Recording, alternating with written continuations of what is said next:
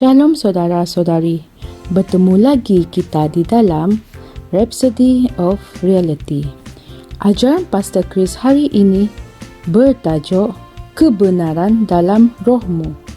Ayat pembukaan kita diambil dari 2 Tesalonika 2 ayat 13 yang berbunyi, "Akan tetapi kami harus selalu mengucap syukur kepada Allah kerana kamu."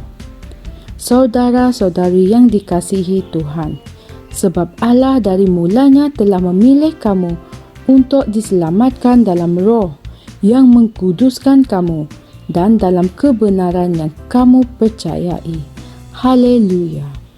Saudara-saudari, dengan begitu banyak maklumat yang penuh penipuan tersebar di dunia pada hari ini, sesetengah orang menjadi keliru.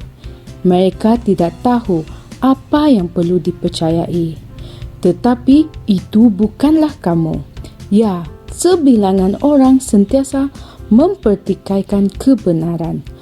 Tetapi kamu seorang yang berbeza. Kamu telah dipilih untuk mengetahui dan mempercayai kebenaran. Alkitab mengatakan bahawa hikmat dibuktikan benar oleh semua anaknya. Baca Lukas 7 ayat 35. Dan hikmat adalah kebenaran. Haleluya. Walaupun kamu mendengar mesej-mesej keagamaan dan perkara-perkara yang mungkin berbeza tentang Tuhan, satu perkara adalah pasti. Apabila firman Tuhan yang benar sampai kepada kamu, ia akan datang dengan keyakinan yang teguh terhadap kebenaran. Ayat Injil tema kami mengatakan bahawa Allah dari mulanya telah memilih kamu untuk diselamatkan dalam roh yang mengkuduskan kamu dan dalam kebenaran yang kamu percayai. Keselamatan hanya berkesan untuk kamu melalui dua faktor: Roh Kudus yang menyucikan kamu dan kamu mempercayai kebenaran. Haleluya. Saudara-saudari, oleh itu Roh Kudus mengasingkan kamu untuk mempercayai kebenaran, kerana ia memerlukan rahmat Tuhan untuk mengetahui dan mempercayai kebenaran. Jadi, kamu tidak perlu risau tentang bagaimana untuk membezakan kebenaran dan penipuan. Yesus berkata, "Dan kamu akan mengetahui kebenaran, dan kebenaran itu akan memerdekakan kamu." Baca Yohanes 8 ayat 32. Kebenaran Tuhan sentiasa memberkati, mengangkat, mengkuatkan dan melindungi. Kebenaran memenuhi kamu dengan kasih serta membuat kamu berjalan dan bercakap seperti Kristus. Ia tidak membawa kekeliruan dan ia tidak membawa kebencian, kepahitan atau ketakutan dengannya. Ketika kamu meluangkan masa untuk mempelajari firman, kamu akan dapat menilai segala-galanya dengan kebenaran firman Tuhan pada setiap masa, kerana kebenaran ada di dalam rohmu. Haleluya. Saudara-saudari, mari kita membuat pengakuan.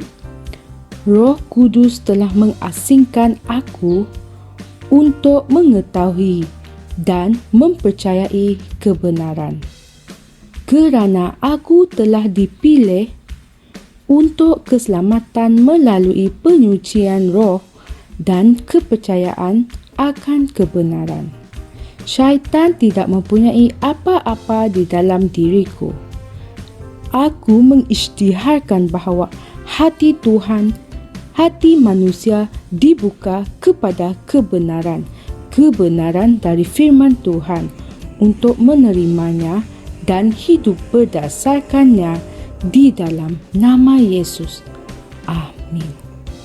Renungan tambahan kita diambil dari 1 Timotius 4 ayat 1 hingga 2, Yohanes 8 ayat 32, Yohanes 17 ayat 17 dan Yakobus 1 ayat 18. Sekian perkongsian saya pada hari ini.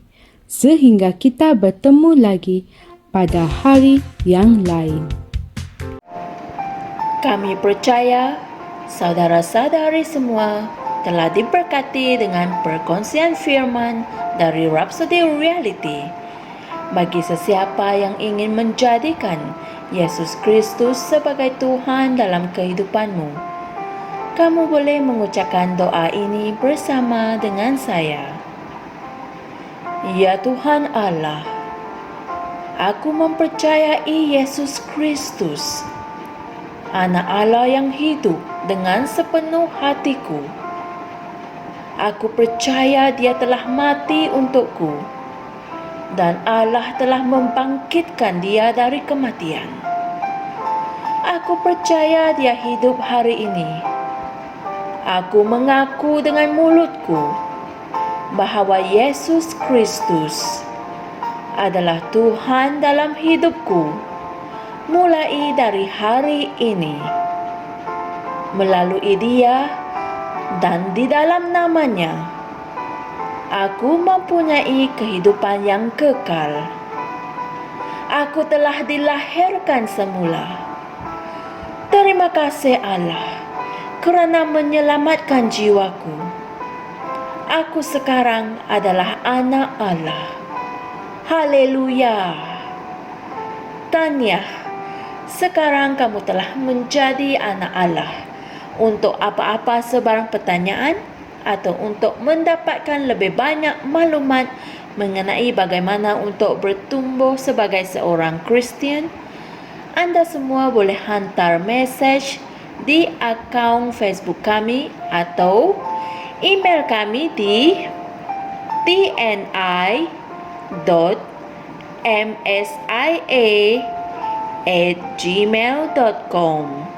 Sekali lagi, tni.msia@gmail.com.